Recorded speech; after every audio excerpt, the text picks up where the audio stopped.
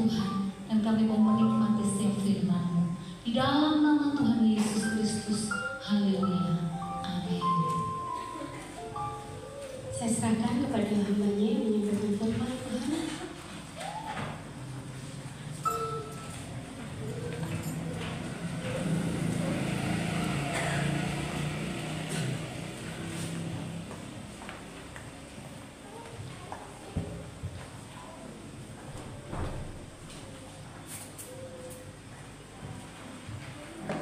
Puji nama Tuhan, saya ucapkan salam sejahtera di dalam kasih Tuhan.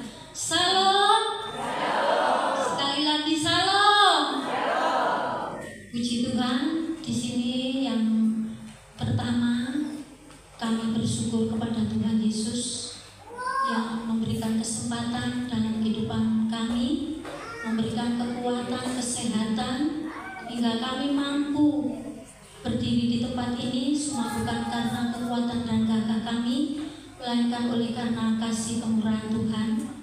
Kami juga mengucapkan terima kasih kepada Ketua PWI, PWHG yang memberikan kesempatan bagi kami Gereja Tuhan yang ada di GBI untuk melayani Tuhan. Tuhan memberkati.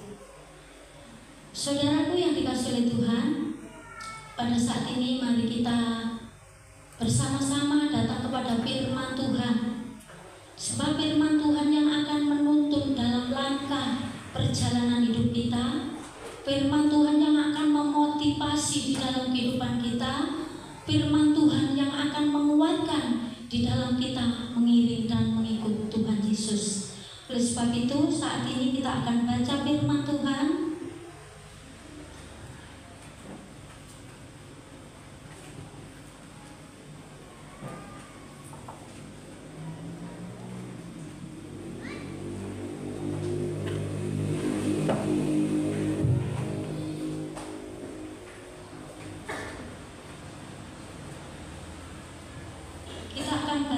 Firman Tuhan di dalam yaitu Injil Lukas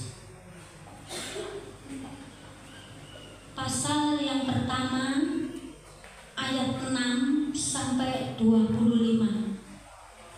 Injil Lukas pasal pertama ayat yang ke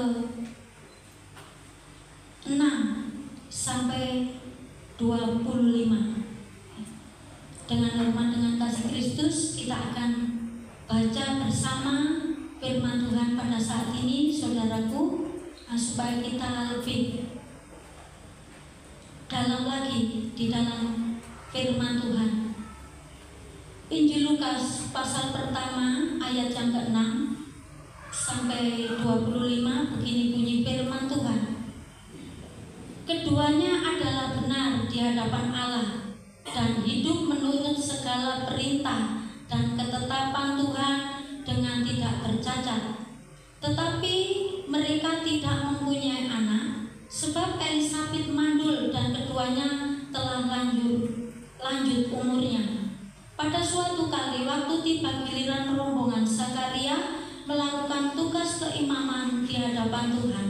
Sebab ketika diundi sebagaimana lazimnya untuk menentukan imam yang bertugas, dialah yang ditunjuk untuk masuk ke dalam bait suci dan membakar ukupan di situ. Sementara itu seluruh umat berkumpul di luar dan sembahyang. Waktu itu adalah waktu pembakaran ukupan. Maka tampaklah kepada Zakaria seorang malaikat Tuhan berdiri di sebelah kanan mezbah pembakaran ukupan.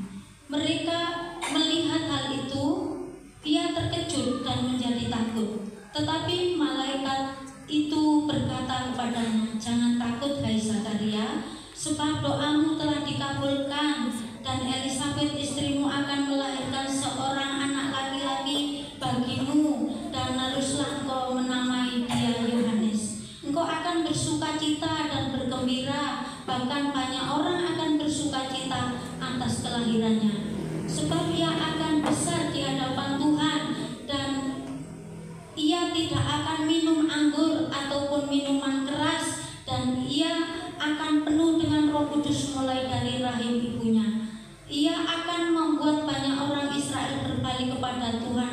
mereka, dan ia akan berjalan mendahului Tuhan dalam roh dan kuasa Elia untuk membuat hati bapak-bapak berbalik kepada anak-anaknya dan hati orang-orang durhaka kepada pikiran orang-orang benar, dan dengan demikian menyiapkan bagi Tuhan suatu umat yang layak baginya. Lalu kata Zakaria kepada malaikat itu, bagaimana aku tahu bahwa hal ini akan terjadi? Sebab aku sudah tua dan istriku sudah lanjut umurnya. Jawab malaikat itu kepadanya, akulah Gabriel yang melayani Allah, dan aku akan diutus untuk berbicara dengan engkau dan untuk menyampaikan kabar baik ini kepadamu.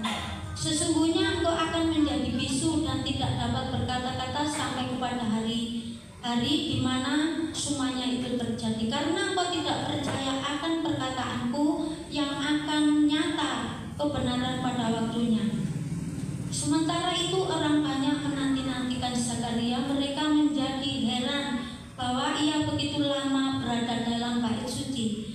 Ketika ia keluar, ia tidak dapat berkata-kata kepada mereka, dan mengertilah mereka bahwa ia telah melihat suatu penglihatan di dalam bait suci. Lalu ia melihat isyarat kepada mereka, sebab ia tetap bisu. Ketika selesai jangka waktu tugas jabatannya, ia pulang ke rumah. Beberapa lama kemudian Elisabeth istrinya mengandung, dan selama 5 bulan ia tidak menampakkan diri. Katanya, inilah suatu perbuatan Tuhan bagiku, dan sekarang ia berkenan menghapus aibku di depan orang. Amin.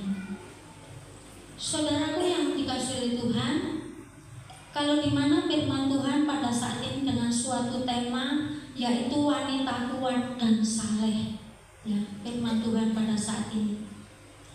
Kalau di mana kalau kita melihat, ya, di dalam firman Tuhan itu tidak banyak ya mencatat kehidupan perempuan-perempuan yang saleh. Baik dalam perjanjian lama, perjanjian baru itu tidak banyak yang dicatat oleh Tuhan.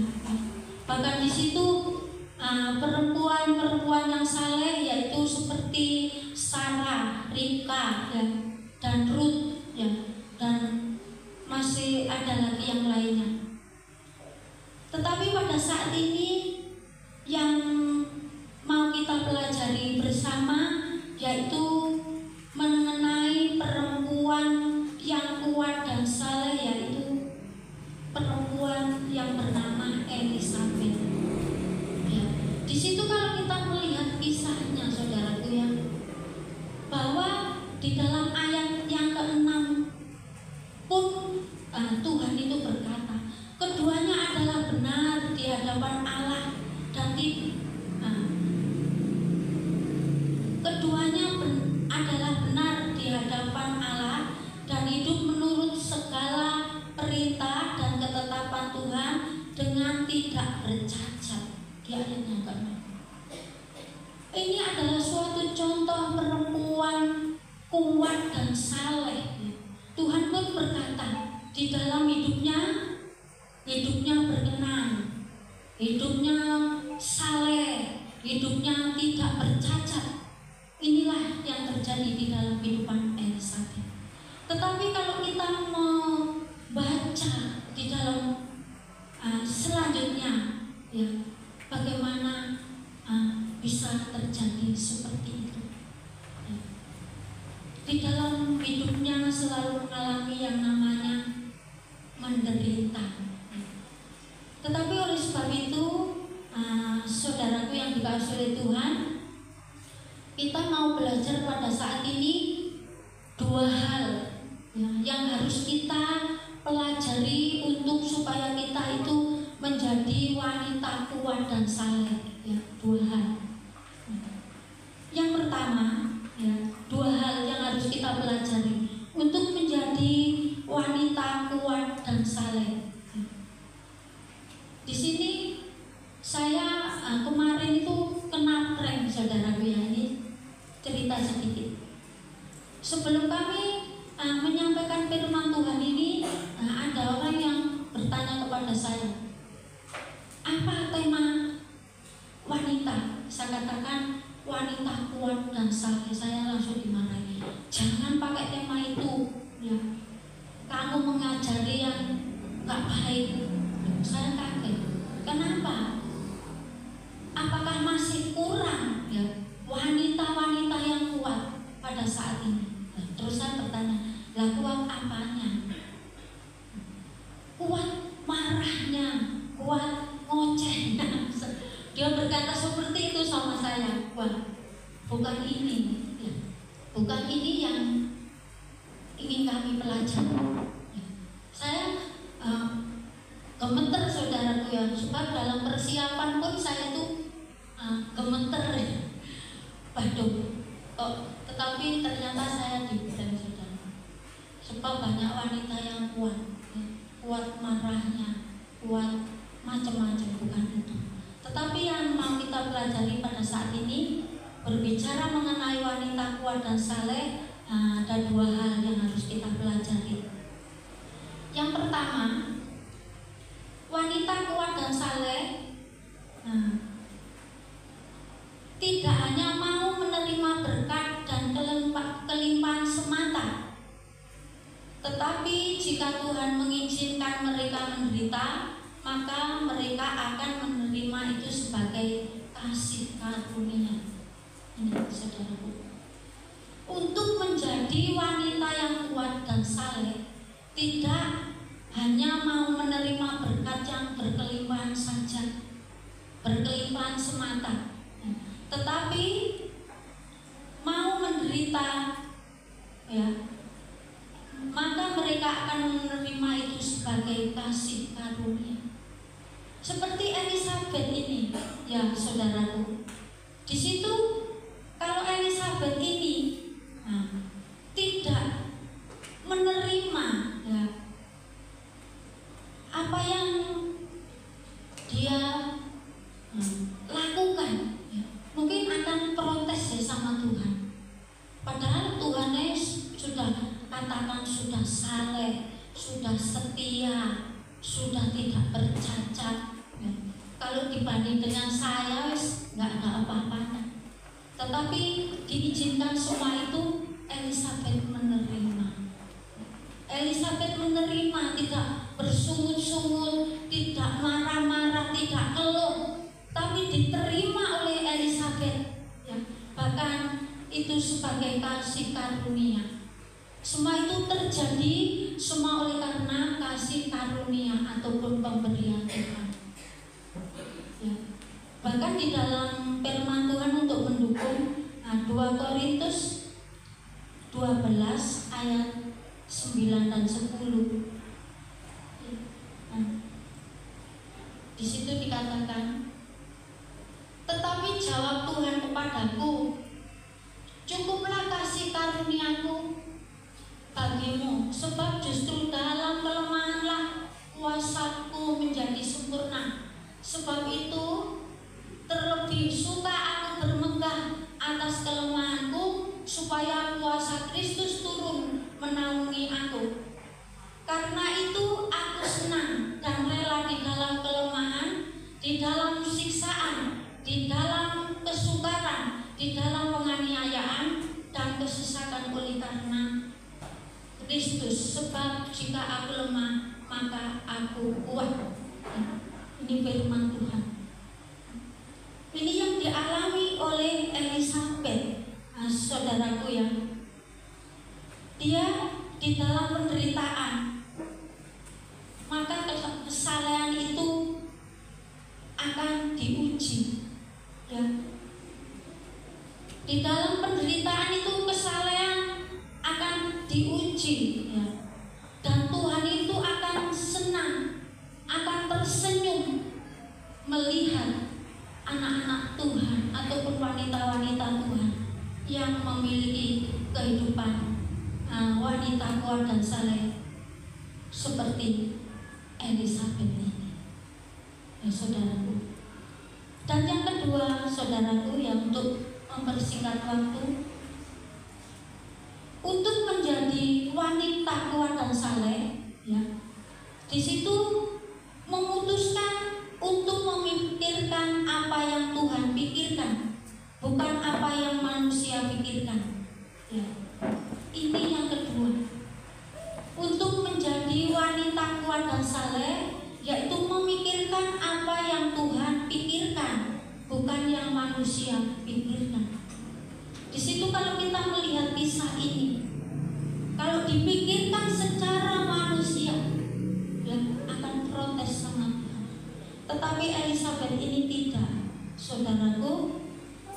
Dia memutuskan apa yang Tuhan pikirkan. Sebab yang Tuhan pikirkan itu pasti yang terbaik, ya saudaraku. Kalau yang dipikirkan manusia itu belum tentu baik. Ya. Jadi Elisabeth ini berserah saja sama Tuhan. Apa yang dimaui oleh Tuhan dalam hidupku, apa yang dipikirkan Tuhan dalam hidupku, ya. Elisabeth ini tidak memakai pikiran manusia, tetapi memakai pikiran Tuhan. Kalau di dalam kehidupan Elisabeth sebagai wanita kuat dan saleh, memikirkan apa yang dipikirkan Tuhan, Tuhan itu pasti memberi yang terbaik. Kalau yang dipikirkan manusia belum tentu yang terbaik. Sebab dalam firman Tuhan, pikiranmu bukan pikiranku, itu firman Tuhan. Jalanku bukan jalanmu, rancanganku bukan rancanganmu. Jadi setiap pemikiran kita dengan pemikiran Tuhan itu sangat jauh. Oleh sebab itu Elisabeth ini memakai pikiran Tuhan, maka Tuhan itu memberi yang terbaik. Ya. Di situ kalau kita membaca, ya, Tuhan itu memberikan yang terbaik, ya, di situ karena Elisabeth ini memutuskan untuk apa yang Tuhan pikirkan, tidak memakai pikiran manusia. Maka di situ setiap apa yang dilakukan Elisabeth itu diperhitungkan oleh Tuhan. Ketaatannya, kesetiaannya, kesalehannya diperhitungkan oleh Tuhan, sehingga di ayatnya yang ke-11, ya, maka tampaklah kepada Zakaria seorang malaikat Tuhan berdiri di sebelah kanan mezbah pembakaran ukupan. Ya. Melihat hal itu ia terkejut dan menjadi takut. Tetapi malaikat itu berkata kepadanya, jangan takut hai Zakaria, sebab doamu telah dikabulkan, dan Elisabeth istrimu akan melahirkan seorang anak laki-laki bagimu, dan haruslah engkau menamai dia Yohanes.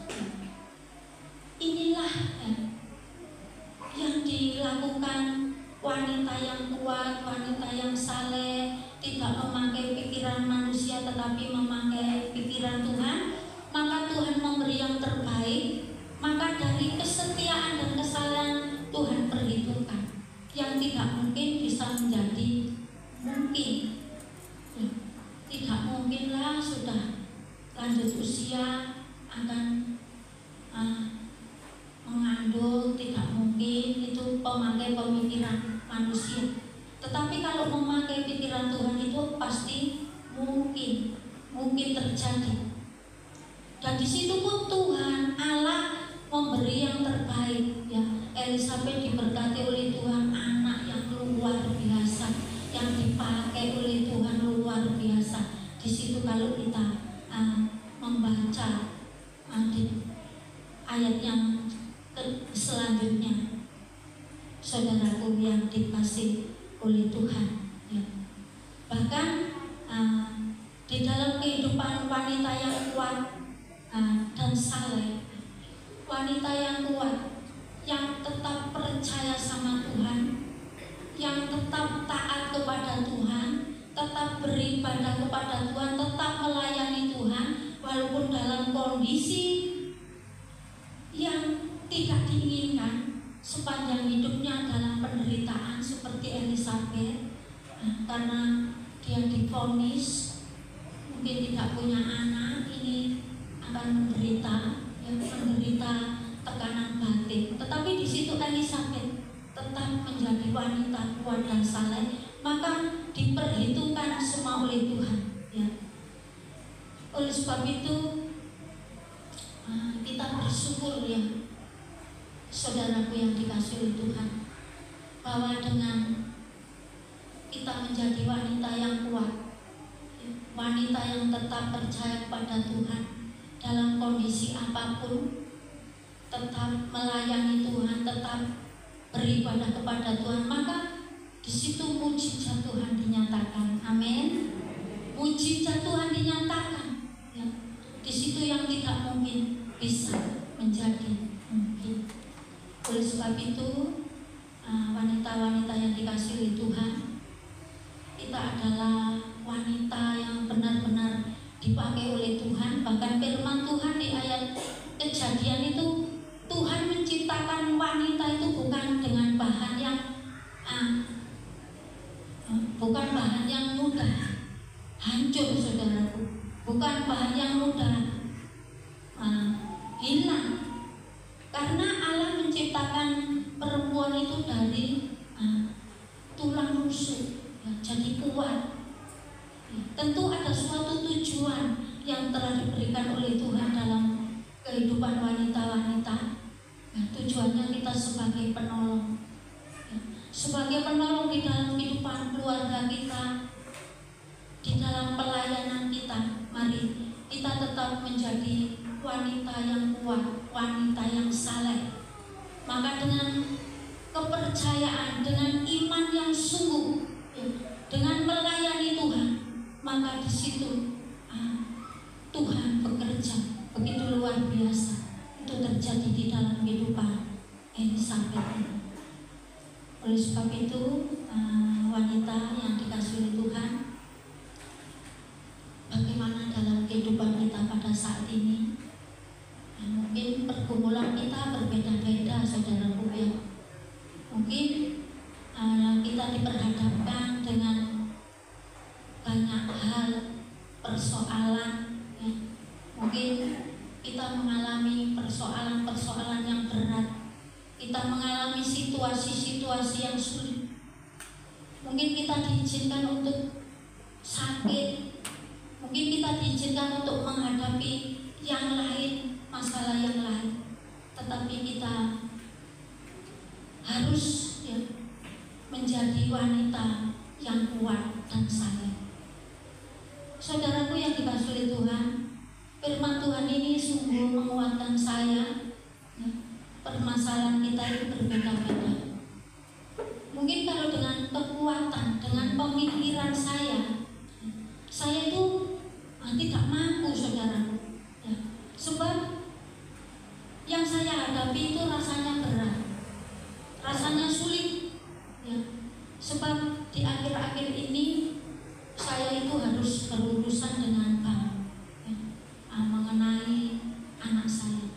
Ya, dan di situ banknya sulit, ya, dan anak saya berkata, kalau sulit, kalau gitu aku tak pergi saja ke rumah sakit untuk menjual ginjal. Ya. Dalam situasi seperti ini, kalau saya tidak hidup di dalam firman, ya, mungkin selama doa 10 hari saya rasanya tidak mampu. Tetapi karena kuasa Roh Kudus yang memampukan saya, bahkan sampai pada saat ini Roh Kudus bekerja, dan saya percaya apa yang tidak mungkin itu pasti mungkin bagi Tuhan.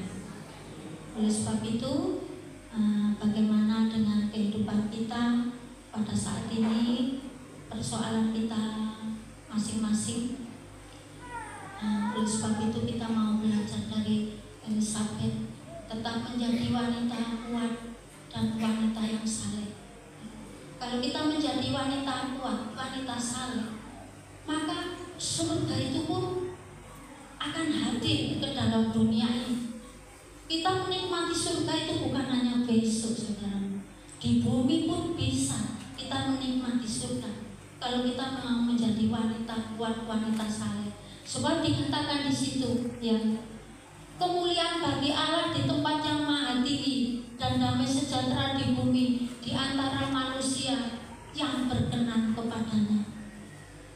Wanita yang kuat dan saleh adalah wanita yang berkenan di hadapan Tuhan, wanita yang sangat disukai oleh Tuhan.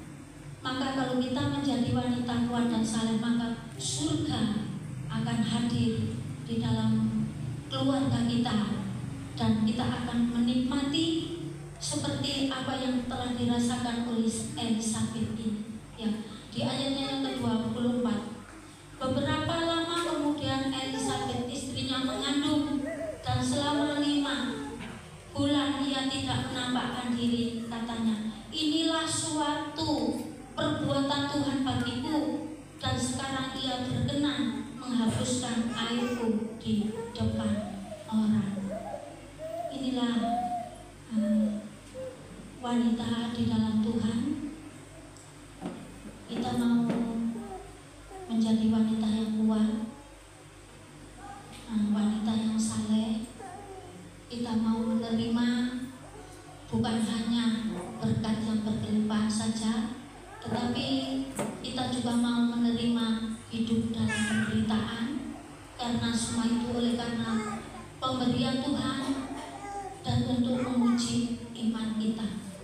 Dan kita menjadi wanita kuat dan saleh, kita tetap memutuskan untuk memakai pikiran Tuhan, bukan memakai pikiran kita. Maka Tuhan akan memberikan yang terbaik, dan mujizat Tuhan akan diberikan dalam kehidupan kita. Oleh sebab itu, sebagai wanita kuat dan saleh, mari kita bercermin pada Elisabeth, tetap hidup benar di hadapan Tuhan. Kita mau siapkan hati dan hidup semangat. Tuhan Yesus memberi yang terbaik.